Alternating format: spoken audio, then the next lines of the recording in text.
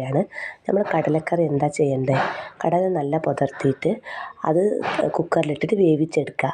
പിന്നെ നമുക്ക് ആവശ്യമുള്ള ഒരു അര ഉള്ളി, ഒരു ഉരുളക്കിഴങ്ങ് തൊലി കളഞ്ഞിട്ട്, പിന്നെ ഒരു തക്കാളി, പിന്നെ തേങ്ങയിലേക്ക് 2-3 ടീസ്പൂൺ ചിക്കൻ മസാല ഇട്ട് കൊടുക്കുക. പിന്നെ നല്ല വറുത്തെടുക്കുക. വറുത്ത ശേഷം അത് ഞങ്ങൾക്ക് നല്ല നൈസായിട്ട് അരച്ചെടുക്കണം. നല്ല വറുക്കുമ്പോൾ 2 വെളുത്തുള്ളി ഇട്ട് കൊടുക്കുക.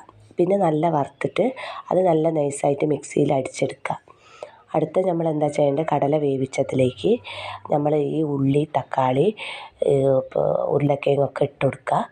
അതിലേക്ക് നമുക്ക് ആവശ്യമുള്ള ഒരു അര ടീസ്പൂൺ മഞ്ഞൾപ്പൊടി, പിന്നെ മുളക് പൊടി 2 ടീസ്പൂൺ, മല്ലിപ്പൊടി ഇടണമെങ്കിൽ ഇടുക.